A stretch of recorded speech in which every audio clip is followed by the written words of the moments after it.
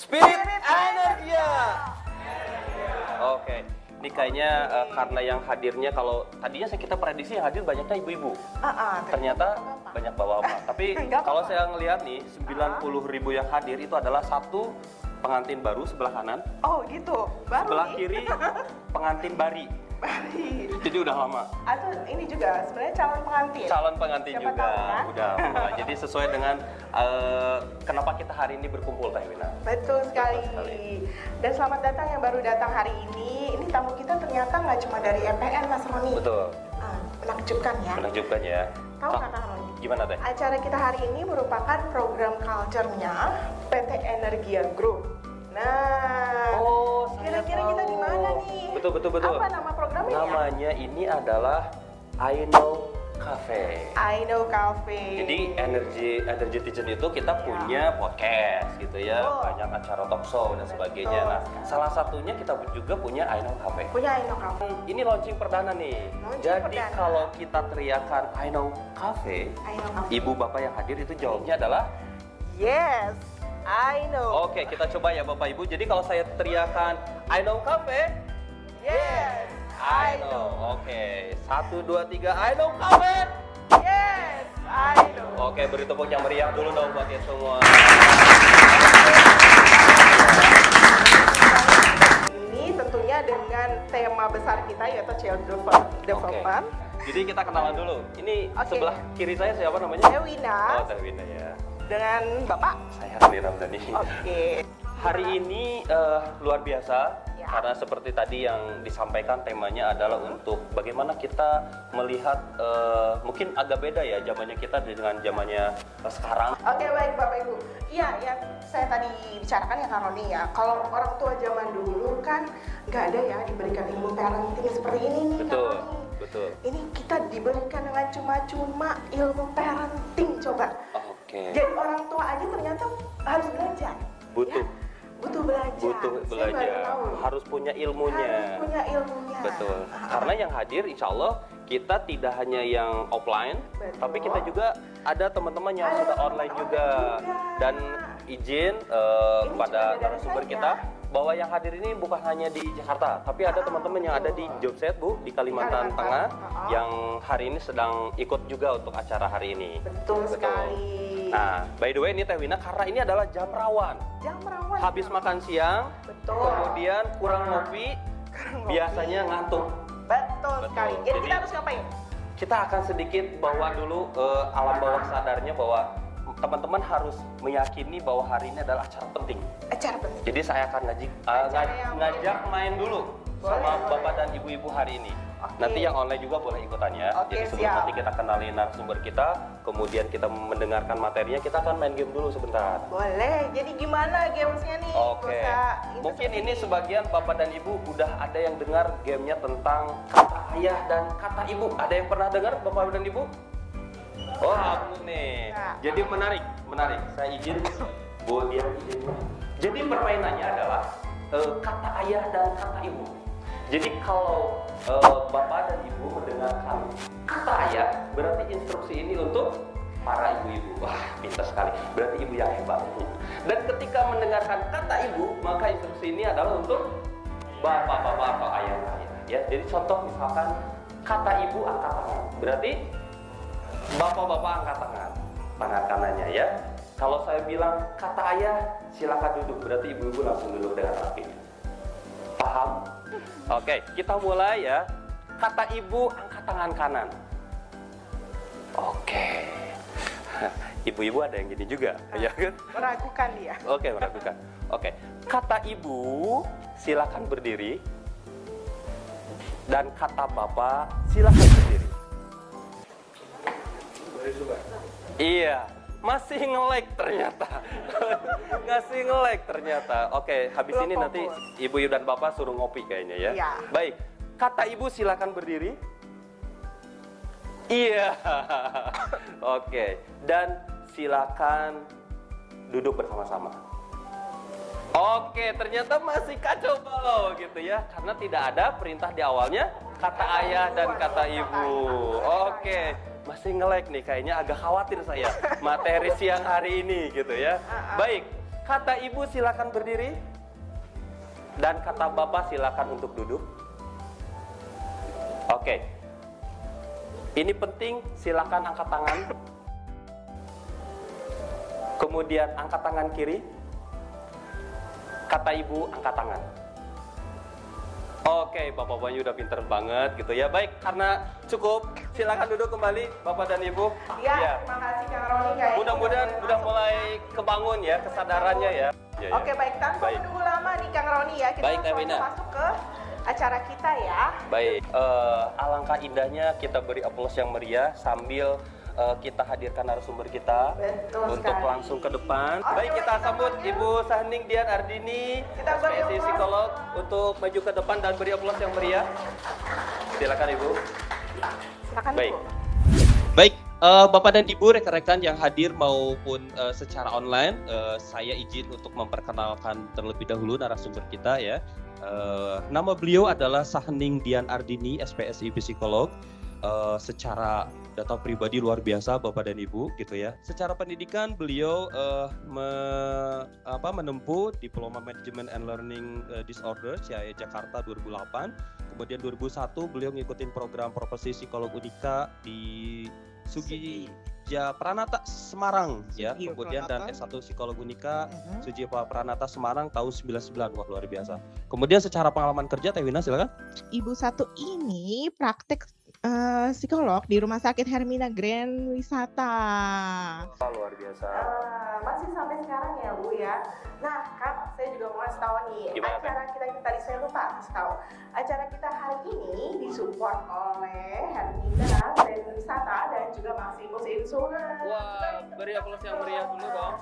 Dan sedikit pengembangan diri dari narasumber kita cukup menarik nih Bapak dan Ibu, karena beliau ternyata sudah tercertified dari sisi program NLP ini. Saya pernah beberapa kali ikut dan cukup menarik. Dan yang paling menarik di bawah itu adalah beliau seorang Ericksonian hipnoterapi nih. Bagi teman-teman atau rekan-rekan yang mengalami keguncangan stres mungkin akan mengikuti Jangan program kita hipnotis tanpa langsung. Oh, boleh konsultasi ya Bu ya? Oh, boleh. Jadi ada pakarnya. Berarti ada. kalau nyari di mana kan? langsung ke Rumah Sakit Hermina saja. Nah, Hermina Ya. Grand Wisata ya ibu. Boleh, boleh. Ibu-ibu bapak-bapak lupa Siap. namanya ada bapaknya juga. Dan Ibu Dian ini ternyata secara organisasi mengikuti di Ikatan Psikolog Klinis Jakarta, kemudian HIPSI Jakarta, Resource Pool Parenting Indonesia, Parent Support Group Disleksia.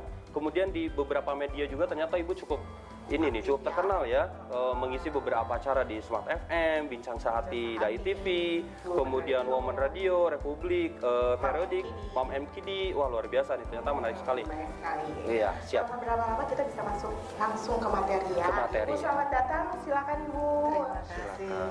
Terima kasih. Silakan Bu. Mbak Wina. Iya. Saya boleh turun aja dari kursi ini Boleh. ya. Sebelumnya saya mau menyapa nih, yang duduk di sini. Rata-rata sudah berkeluarga semuanya? Sudah. Yang anak, ada yang belum? Yang belum berkeluarga? Gak usah malu-malu. Siapa tahu. Nah, semakin tinggi semakin cepat dapat jodohnya. Oke. Yang anaknya satu usia berapa? 7. Yang anaknya 2. Oh. Usia berapa? Saya anaknya 2. Oke. Anaknya 3. Usia berapa, Pak? Oke. Anaknya 4. Nanti kalau semakin banyak berani ke ini. Padahal nggak apa-apa juga ya, katanya banyak anak, banyak rezeki. Oke. Sebelumnya senang sekali bisa ikut terlibat di acara yang sangat penting ini, membangun kecerdasan anak 1 sampai 5 tahun. Tapi kenapa sih kok sampai mas-masnya ini bersedia untuk duduk di sini? Intinya apa sih yang muncul di dalam pikiran tadi? Selintas apa? Mempersiapkan masa depan. Wah, Oke. luar biasa. Ada hadiahnya nggak sih Bu? Buat yang semangatnya luar biasa. Dan ternyata mempelajari parenting itu tidak ada habis-habisnya. Saya punya 3 anak, kebetulan laki-laki semua. Yang satu sudah 21 tahun, yang kedua kelas 1 SMA, dan yang ketiga kelas 1 SD. Cukup jauh jaraknya. Nah, kenapa sih tadi kok pada ingin mempersiapkan masa depan? Karena sebenarnya setiap tahap perkembangan itu memiliki tugasnya masing-masing. Jadi, semakin kita mengenali anak saya tuh ada di tahap perkembangan yang mana ya? Meskipun anaknya itu 2, anaknya 3, semakin kita mengenali tugas perkembangan anak kita, maka semakin mengurangi stres kita sebagai orang tua, sebenarnya itu. Nah, kadang punya anak umur 2 tahun, kenapa sih kalau marah-marah selalu banting-banting barang? Langsung ke psikolog, anak saya ini nanti ada gangguan kalau marah selalu banting-banting barang. Oh, ternyata nggak begitu juga. Anak 2 tahun secara bahasa belum bisa mengungkapkan apapun dengan lancar. Sehingga biasanya sasarannya itu apa yang terlihat di depannya, apa yang berbentuk secara fisik itu yang bisa menjadi sarana dia untuk mengomunikasikan apa yang dia pikirkan.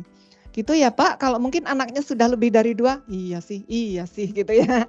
Tapi kalau baru pertama atau baru menyiapkan, ya itu masih perlu untuk banyak membahas. Nah, mengenai proses parenting itu sendiri, belakangan ini karena saya juga sering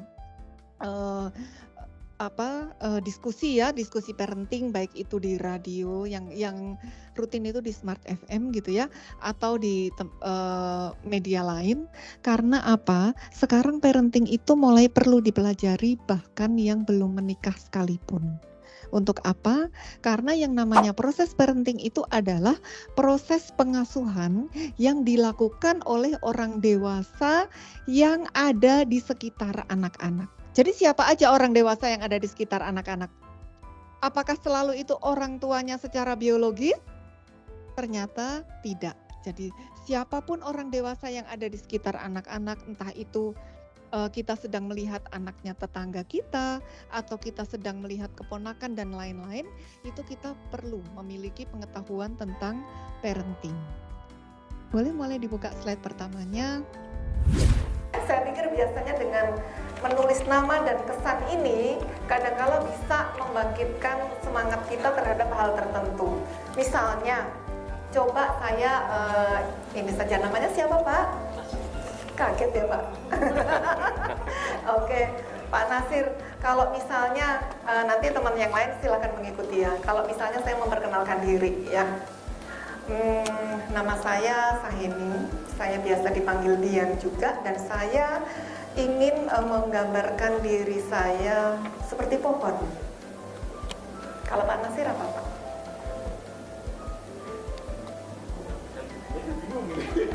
Oke, kalau masih bingung nggak apa-apa, nggak harus segera juga.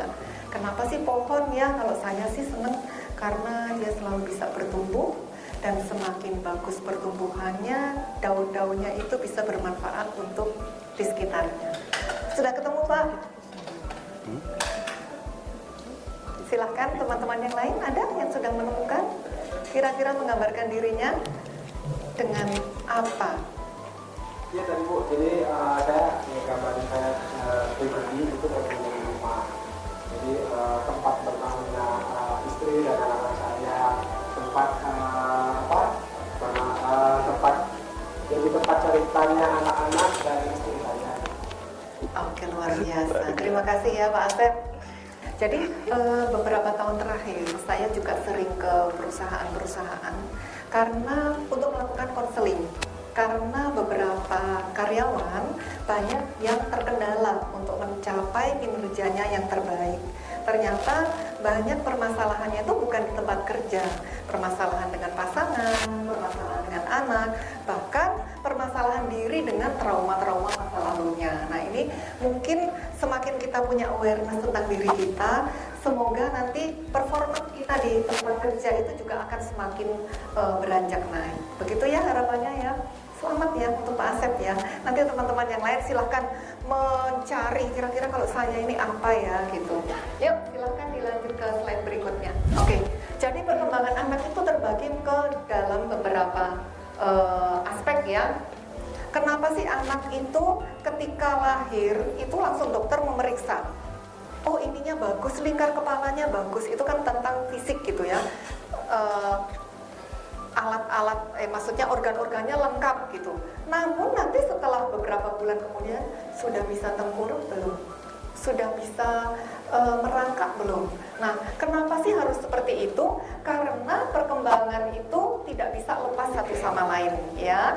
Di sini ada perkembangan kognitif, perkembangan fisik, perkembangan emosi dan psikososial. Di sini saya tidak mencantumkan 1 tahun itu harus bisa apa saja, 2 tahun harus bisa apa saja. Karena apa? Kalau mau googling sekarang juga sudah banyak, tapi hati-hati juga dengan mencari sumber-sumbernya, ya. Nah, di perkembangan kognitif ini, di sini proses berpikir itu sangat penting. Kenapa? Karena pusat perkembangan itu semuanya ada di otak anak, ya. Apapun yang tentang dia bisa berkata-kata, dia bisa mengatur fisiknya, itu dari otaknya. Kemudian perkembangan fisik atau motorik. Kenapa sih kalau sudah 1 tahun pasti sudah ditanya, sudah bisa jalan belum? Karena ternyata perkembangan motorik pun itu juga ada fasenya. Kalau misalnya sampai 1,5 tahun anak belum bisa jalan, wah ini ada sesuatu nih. Jangan-jangan tidak hanya perkembangan motoriknya saja yang terganggu, ternyata perkembangan kognitifnya juga terganggu. Maka ketika saya praktek di rumah sakit, banyak sekali anak yang usianya sudah besar, biasanya sudah mulai masuk sekolah nih. Orang tuanya baru ngeh, loh kok anak saya beda sama teman-temannya. Padahal ketika masuk sekolah itu biasanya teman-temannya seumuran, baru langsung ke psikolog, ke dokter tumbuh kembang dan sebagainya. Nah harapannya dengan adanya sesi seperti ini, terutama mas-mas yang belum menikah ya, yang katanya tadi mau mempersiapkan masa depan gitu ya. Nah itu penting banget, karena ketika ada satu yang belum berjalan sesuai target usianya, itu langsung dikonsultasikan, langsung diberi latihan-latihan. Supaya apa? Karena yang namanya perkembangan itu tidak selalu berjalan ngebut ya. Nah, ketika umurnya sudah semakin naik, itu sudah tidak bisa lagi ngebut gitu, diberikan terapi apapun, diberikan stimulasi apapun, biasanya ya tetap ada perubahan, tapi perubahannya tidak segampang ketika stimulasi itu diberikan di usia-usia awal ya. Itu tentang perkembangan fisik. Kemudian kenapa sih anak umur 3 tahun sudah perlu dilatih untuk naik sepeda. Nanti sebentar lagi sudah harus bisa sepeda roda 2. Itu sebenarnya juga ada tujuannya ya.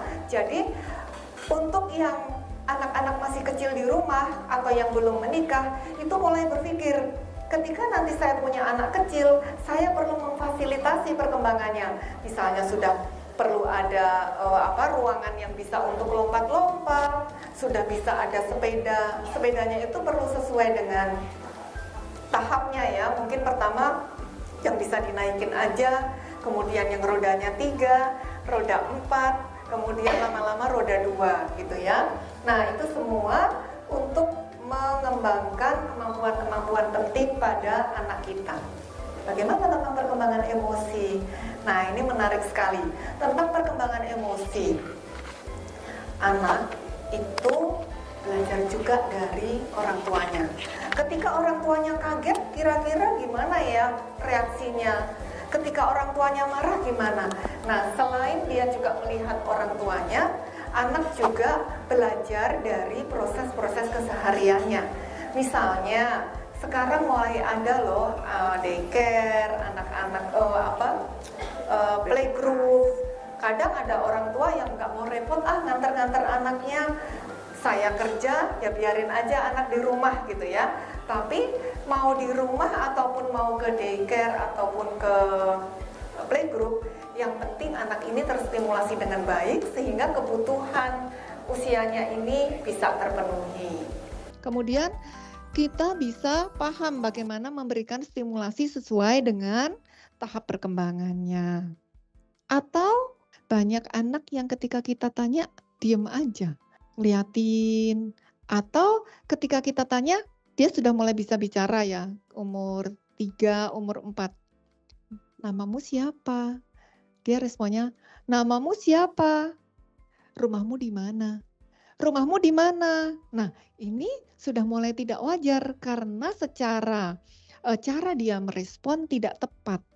Nah, biasanya kondisi-kondisi yang demikian memerlukan asesmen lebih lanjut. Ketika kita paham di usia-usia tertentu harusnya sudah bisa menjawab, ternyata jawabannya aneh, kita segera konsul ke profesional. Kenapa? Ada anak-anak yang baru dikonsulkan pada usia 4 tahun, 5 tahun, ternyata terdeteksi autism. Atau ada yang terdeteksi disleksia, ADHD. Atau ada yang kemarin datang itu, oh ternyata IQ-nya sangat jauh di bawah rata-rata, sehingga tidak bisa mengikuti sekolah yang normal. Nah, ini merupakan gejolak tersendiri buat orang tuanya. Aduh Bu, anak saya ini sudah mau daftar sekolah, ternyata sekolahnya nggak mau menerima. Alasannya dia aneh. Nah, ini kalau misalnya ketahuan ketika dia masih TK, stimulasinya bisa langsung cepat dilakukan, itu hasilnya akan lebih baik sebenarnya, ya. Kemudian ada juga anak disleksia. Disleksia itu syarat utamanya itu IQ-nya harus rata-rata. Jadi kalau pas ketemu begini, itu baik-baik saja. Tapi ketika nanti sudah mulai ngobrol panjang, ada yang sering kehabisan kata-kata. Mau ngomong, yang kemarin itu mau ngomong, kalau burung itu dia mau bilang terbang, tapi nggak tahu di sininya apa ya, gitu kan. Lama, oh terbang. Kalau ikan, dia nggak bisa bilang berenang, tapi ikan di air. Nah, risikonya apa? Ketika ini tidak terdeteksi di awal, itu akhirnya nilai-nilainya di sekolah ini tidak maksimal, sehingga anak ini tidak bisa mengikuti pelajaran di sekolah. Kemudian kalau sudah tidak bisa mengikuti pelajaran, di kelas 1 akan aman-aman, tapi nanti di kelas-kelas berikutnya mulai muncul was-was, nggak percaya diri, kecemasan. Bukannya tidak mungkin, nanti kalau semakin dia gede, semakin merasa, aku ini ternyata paling bodoh dimanapun. Itu bisa membuat kita sedih sekali kalau sampai terjadi pada anak kita. Saya juga pernah menemukan anak dengan IQ yang tinggi, superior. Itu harusnya dia cepat banget belajar ya. Ternyata sampai usia kelas 3 belum bisa membaca menulisnya, belum lancar. Bicaranya jadi dia pendiam gitu ya. Itu disleksia. Nah, suatu hari ada native speaker datang ke kelasnya. Ternyata dia tuh pinter banget bahasa Inggris. Jadi kefasihan bahasa Inggrisnya itu lebih bagus dibandingkan kefasihan bahasa Indonesianya. Ketika ada native speaker, dia senang banget langsung duduk di depan sendiri. Duduk di depan sendiri, itu belum terdeteksi disleksia ya. Terus dia anaknya gede, tinggi juga. Dia ngomong bahasa Inggris, tapi bukan kata yang bagus gitu ya. Kata yang cukup negatif gitu ya. Tapi dia nggak tahu kalau itu tuh nggak sopan. Inilah yang kadang kalau di kedisleksiaan itu namanya bahasa sosialnya terganggu. Jadi dia nggak tahu gradasi bahasa. Ini saya sedang sama guru, ini sedang sama teman. Atau kata-kata saya ini sopan atau enggak. Akhirnya sama native-nya dia dihukum. Kok sampai di sekolah sebagus ini anak nggak sopan ya, sudah gede. Dihukum, gurunya nggak paham tentang anaknya ini, gurunya malu sama native speaker kan tamu di sekolah. Waduh, saya merasa nggak berhasil nih ngajarin sopan santun. Anaknya disuruh maju lah, dihukum, suruh berdiri di depan kelas, kemudian malu dong, dia akan menghadap ke teman-teman sekelasnya sampai acara dengan native speaker itu selesai. Apa yang terjadi? Anak ini tetap nggak paham kesalahannya apa, gurunya tetap ngotot untuk menghukum anak itu nangis sampai jam 5 sore, nangisnya nggak berhenti, gurunya bingung. Disitulah baru nelpon psikolog gitu ya. Setelah ketahuan ternyata anak ini ada disleksia tapi dengan IQ yang superior. Nah, kondisi-kondisi semacam ini kalau Bapak Ibu sangat paham dengan tahap perkembangan, tentunya di usia-usia awal sudah tertreatment. Nah, kalau di usia-usia sudah mulai gede itu baru ketahuan, kasihan. Setiap mengerjakan tugas, anak tersebut boro-boro dia ngerjain, paham instruksinya aja enggak. Jadi masih perlu didampingi. Ini tuh instruksinya maksudnya ini loh. Oh, baru paham. Nah, karena itu sehari-hari terjadi, teman-temannya sudah lancar, dia tertinggal. Temannya lancar lagi, dia baca tulisnya tertinggal. Akibatnya kecemasannya yang muncul semakin besar, tumbuhlah dia sebagai remaja yang penuh dengan kecemasannya. Karena apa? Karena orang-orang di sekelilingnya tidak paham tahap perkembangannya seperti apa, sehingga dia disalahkan terus. Ya. Nah, ngomong-ngomong ya tentang speech delay. Anak-anak sekarang itu banyak yang orang tuanya bilang anak saya tuh speech delay gitu ya. Yang namanya delay itu apa sih sebenarnya? Terlambat. Kalau terlambat itu logikanya bisa dikejar atau tidak? Bisa. Tapi hati-hati dengan keterlambatan bicara ini ya. Tidak semuanya itu bisa kita sebut delay. Bahkan ada di usia 4 tahun itu juga nggak bisa lagi disebut terlambat. Karena otak bahasa tidak akan berpacu ngebut ketika umurnya sudah di sekitar 5 tahun. Ya, next lanjut. Ini tentang plastisitas otak. Jadi otak kita itu terdiri dari banyak sekali saraf, itu sampai miliaran gitu ya, triliunan gitu. Tapi saraf ini menunggu kita untuk melakukan sesuatu ke anak kita. Ini nggak cuma terjadi buat anak-anak kita, buat kita juga ini masih berlaku. Dari itu, neuron-neuron itu, kalau kita lakukan sesuatu, itu nanti akan bersambung-sambungan. Semakin banyak kita melakukan latihan kepada anak kita, sambungannya semakin banyak. Jadi anggap saja ini adalah CPU-nya komputer ya, yang itu bisa menjadi sumber dari kemampuan si komputer itu menjadi seperti apa gitu. Next, lanjut. Nah, pengalaman stimulasi dan nutrisi inilah yang membentuk struktur otak. Jadi misalnya punya anak lahir, biasanya kalau lahir didiemin aja atau distimulasi. Stimulasi itu kan banyak ya, diberi nutrisi yang tepat, kemudian diberikan permainan-permainan. Kadang kan ada yang bunyi musik neng nong gitu kan. Itu sebenarnya ada stimulasi yang sifatnya auditori supaya anak jadi tahu sumber-sumber bunyi. Itu sebenarnya untuk memancing anak ini jadi tahu berbagai macam nada, berbagai macam suara. Atau kadang juga ada makanan-makanan tertentu. Makanan itu pemberiannya kalau yang pertama apa makanannya? Teksturnya yang seperti apa? Berbagai macam dong ya. Kadang ada yang kasar-kasar gitu. Kenapa sih? Stimulasi makan itu juga berpengaruh. Kalau makan itu mengolahnya di mana? Di mulut. Di dalam mulut ada apa? Yang namanya organ wicara. Jadi anak-anak yang belum bisa lancar bicara, kadang tekstur makanannya itu juga perlu diperbaiki. Kadang ada yang seperti itu. Ada anak yang sudah gede, ternyata makannya harus yang di blender semua. Nah ini organ bicaranya tidak terstimulasi dengan baik. Nah ini kita lihat ya Bapak Ibu ya, yang sebelah kiri sekali itu kan masih jarang-jarang. Kemudian yang 6 tahun ini banyak gitu ya. Kenapa yang 14 tahun kok enggak sepenuh yang tengah? Kira-kira kenapa? Ada yang sudah pernah baca buku atau apa? Jadi gini ceritanya. Lahir itu dengan neuron yang seperti itu. Tergantung kita, mau kita latih atau tidak.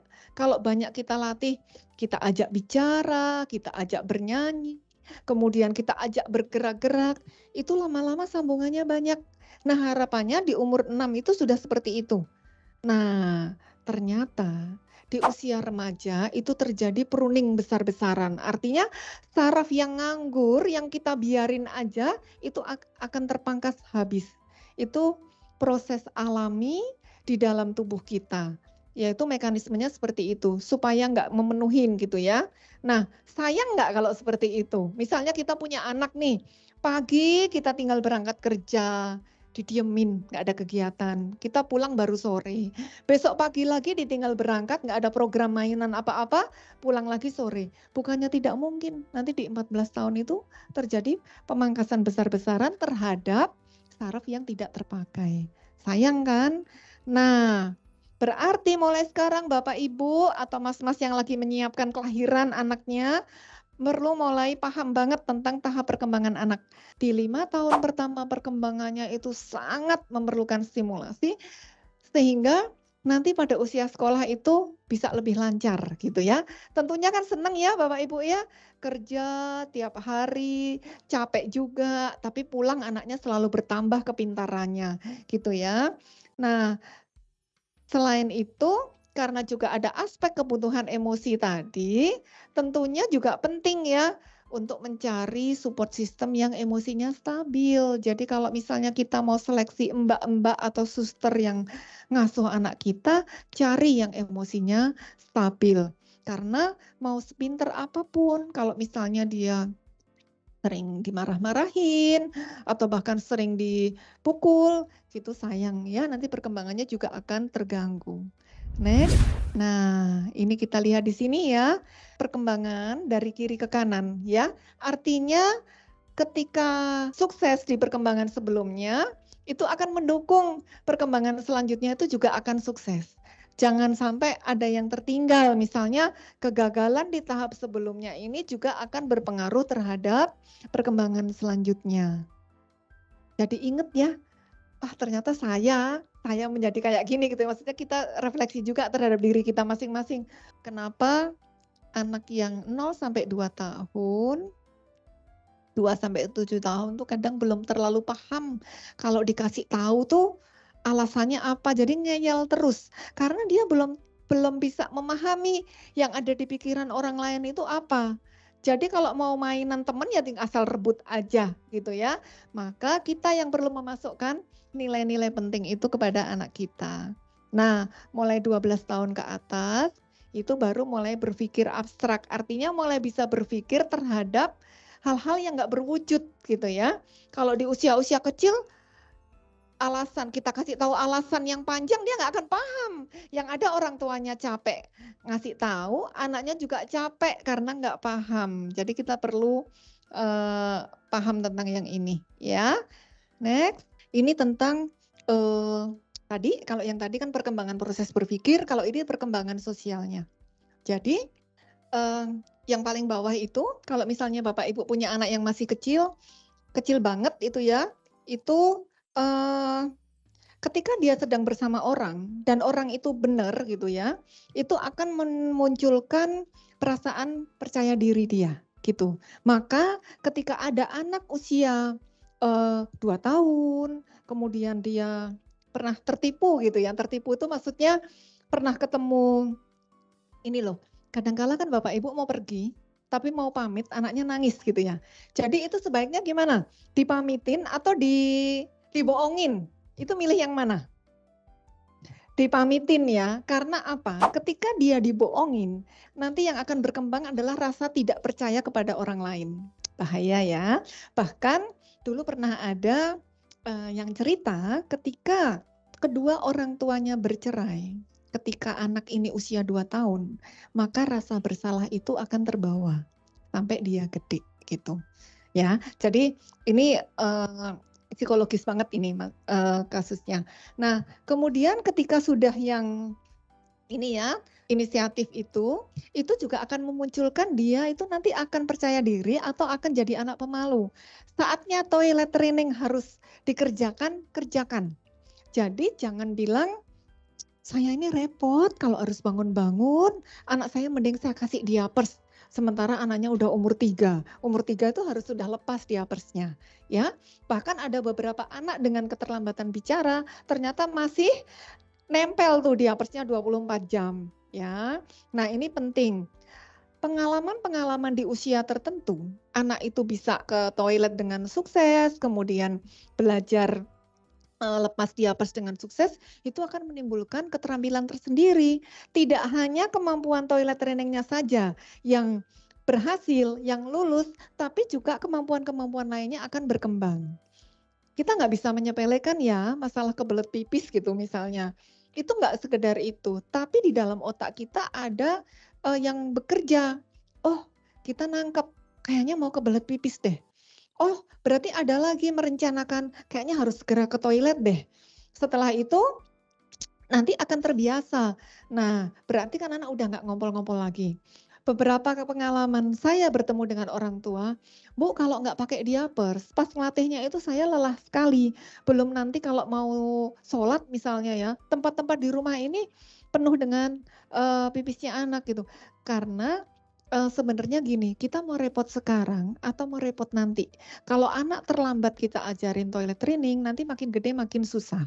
Tapi kalau misalnya kita melakukan di usia yang tepat, paling 2 minggu, 3 minggu sudah selesai itu, ya. Nah, terus yang berikutnya di usia-usia SD itu biasanya anak banyak orang tua mulai memilih sekolah yang tepat di mana ya. Wah, sekolah ini bagus. Sekolah ini bagus. Sesuaikan pemilihan sekolah dengan value-value yang akan Bapak Ibu terapkan kepada anak. Sehingga masing-masing keluarga value-value pentingnya itu jadi berbeda. Namun mengenai value, Bapak dan Ibu di rumah harus sepakat. Misalnya, mau sekolah yang ini full day karena dia nanti akan diajarin macam-macam. Ada juga sekolah negeri aja. Jangan sampai anaknya terlalu berat dengan materi-materi. Itu masing-masing orang tua beda-beda. Namun tetap di masa-masa SD itu anak harus belajar caranya mengerjakan soal bagaimana, caranya merespon instruksi guru bagaimana, ini penting sekali. Nah, kenapa nantinya anak di SMP sudah masa pencarian identitas. Kalau di SD-nya tidak terstimulasi dengan baik, anak nggak pernah belajar, nggak punya pengalaman berhasil gitu ya. Misalnya semua pelajaran dianggap sulit, nilai-nilainya mepet, orang tuanya nggak paham.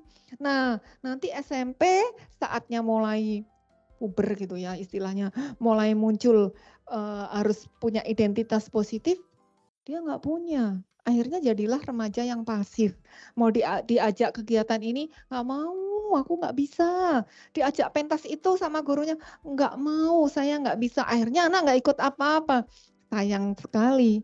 Yang terjadi seperti otak yang tadi, terjadi pemangkasan besar-besaran gitu ya. Nah, ini nanti yang perkembangan selanjutnya kan mulai yang kerja gitu ya. Nah, ini penting ya Bapak Ibu. Anak di usia SD itu perlu mencoba banyak pengalaman, banyak kegiatan. Setidaknya, apalagi ketika anak tersebut di akademik nggak bisa kita andelin. Misalnya gini, kok ini nilai bahasa Indonesianya mepet, nilai matematikanya juga mepet. Aduh, gimana kamu ini memang nggak bisa, nggak kayak gitu. Kita sebagai orang tua perlu langsung cari, kira-kira bakat menonjol anak saya ada di mana ya? Menarikah, olahragakah, atau yang lain? Ini harus ada, anak harus punya. Dia harus punya sesuatu yang nantinya bisa dipamerin. SMP ini penting banget ya. Aku harus punya sesuatu meskipun itu art craft atau apa, tapi itu harus punya ya. Next slide, silakan dilihat.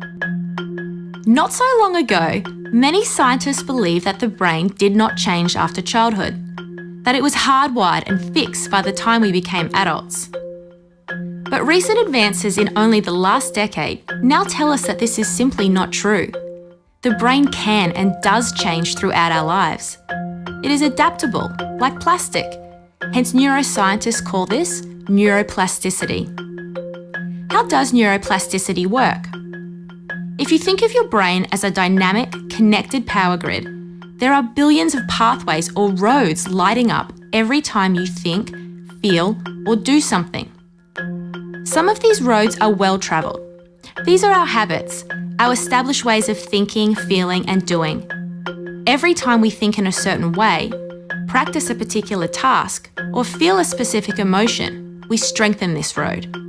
It becomes easier for our brains to travel this pathway. Say we think about something differently, learn a new task, or choose a different emotion. we start carving out a new road. If we keep travelling that road, our brains begin to use this pathway more, and this new way of thinking, feeling, or doing becomes second nature. The old pathway gets used less and less and weakens. This process of rewiring your brain by forming new connections and weakening old ones is neuroplasticity in action. The good news is that we all have the ability to learn and change by rewiring our brains. If you have ever changed a bad habit or thought about something differently, you have carved a new pathway in your brain and experienced neuroplasticity firsthand. With repeated and directed attention towards your desired change, you can rewire your brain.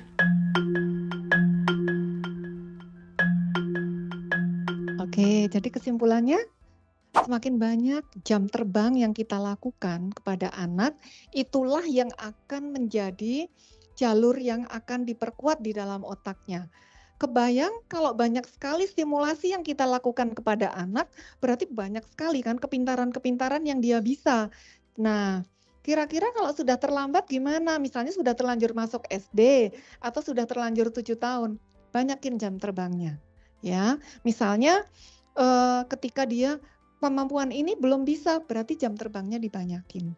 Bahkan kita bisa belajar dari pemain-pemain piano terkenal misalnya ya, atau pemain apa yang sekarang sudah terlihat hasilnya, jam terbangnya itu sampai berapa ribu jam sih gitu. Nah, kita bisa bagi kalau misalnya nih untuk menjadi pemain alat musik yang bagus kayaknya butuh waktu 10 tahun.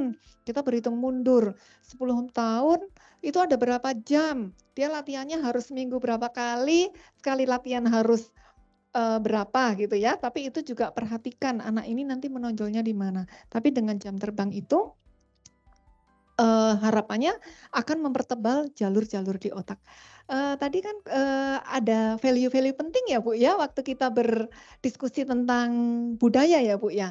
Nah itu kan ketika kita bicara tentang plastisitas otak, ini juga tidak terbatas untuk anak-anak.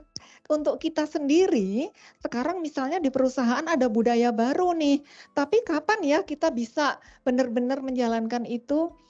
Bersabar saja, dengan jam terbang yang banyak, kalau kita semakin mengenali budaya itu cara melakukannya seperti apa, nanti jalur-jalur di otak kita juga akan ada value-value baru yang bisa kita jalankan. Apa Bu tadi namanya? Energia. Itu juga memerlukan jam terbang. Tapi tetap dengan niat, kira-kira dalam hari ini saya sudah melakukan itu berapa lama. Nah, begitu ya Bapak Ibu. Sekarang kita akan lihat slide terakhirnya. Untuk anak-anak ini stimulasi apa saja sih yang perlu kita latihkan. Nah, ternyata kalau kita lihat dari kecerdasan majemuk, nanti Bapak Ibu bisa cek ya multiple intelligence dari ahlinya namanya Howard Gardner. Ini banyak sekali, misalnya dalam bidang bahasa. Minimal 15 menit kita bacakan cerita untuk anak-anak untuk menstimulasi bahasanya atau menambah kosakatanya. Semakin sering, nanti anak-anak itu akan terbiasa untuk mendengarkan berbagai macam kata. Setelah selesai dibacakan, kemudian tanyakan, tadi tentang apa sih? Ada apa saja di cerita yang tadi? Terus gimana ya? Nah, itu tidak hanya akan mengembangkan kemampuan bahasa saja, tapi secara keseluruhan pengetahuan anak akan menjadi lebih luas.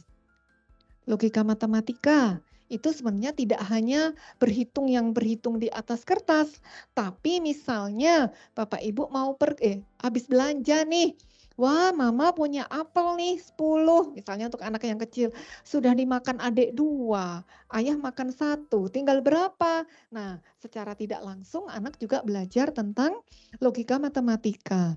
Misalnya Bapak Ibu lagi pengen anaknya udah mulai gede nih, tolong dong beliin ini, uangnya 5.000, harganya barangnya 2.000, kembaliannya berapa? Nah, ternyata belajar matematika pun tidak harus menunggu di sekolah bersama dengan guru matematika.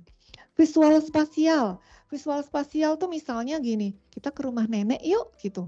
Ke rumah nenek kalau sudah sampai di gang ini nanti belok mana habis ini belok mana. Tapi kan jadi orang tua harus sabar ya, kadangkala itu kita pura-pura nggak tahu beneran, itu anak bangga banget. Jadi belok mana dek?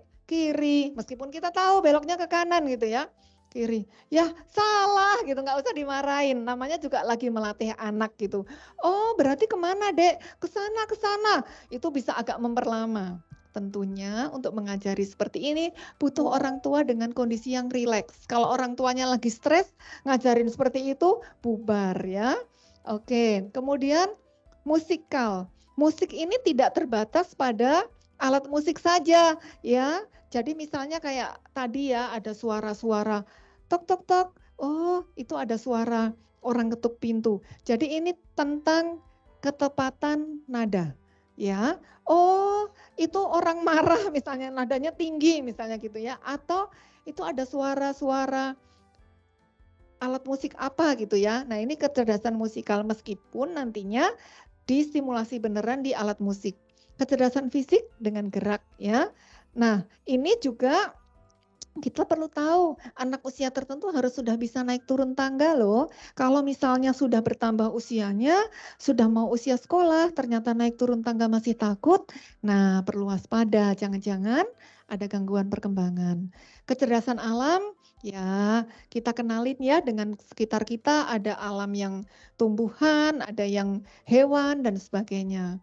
Spiritual ini tidak melulu, kalau di kecerdasan spiritual itu bukan melulu ritual agama yang misalnya harus selalu ke masjid, harus selalu ke gereja, bukan itu saja. Tapi lebih luas misalnya tentang bagaimana kita berbuat baik kepada orang lain, menghargai ciptaan Tuhan. Misalnya ini ada pohon, kok kering, berarti pohonnya harus diapain? Kasih air lah, kasihan, misalnya gitu ya. Intrapersonal dan intrapersonal. Intrapersonal ini pemahaman tentang dirinya. Oh, aku ternyata kalau aku sedih itu aku nangis, misalnya gitu ya. Nah, intrapersonal yang berkembang dengan baik itu juga akan mengembangkan bagaimana kepekaan dia terhadap orang lain, interpersonal jadinya. Jadi kita stimulasinya di sini ini sudah akan menambah banyak kepintaran anak. Ya, begitu ya Bapak Ibu, sepertinya ini sudah sampai di slide terakhir. Oke, beri aplaus yang meriah dulu dong Bapak dan Ibu, baik yang peserta online.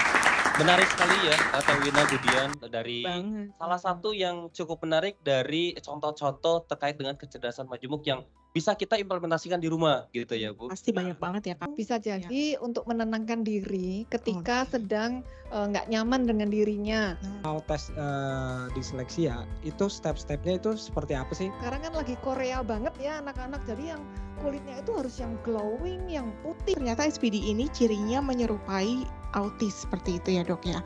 Yang kedua saya bilang, kalau ada yang nakilin kamu, ada yang sampai mukul, kamu kesakitan, kamu gak nyaman, bales. Saya bilang gitu. Dan agak kebablasan. Jadi masukin TKA tapi setelah di TKA terus dibimbelin terus bisa langsung masuk SD, apakah itu nggak apa-apa atau Itu bisa melihat, merasakan, dan kita lebih peka kebutuhan anak-anak kita itu seperti apa.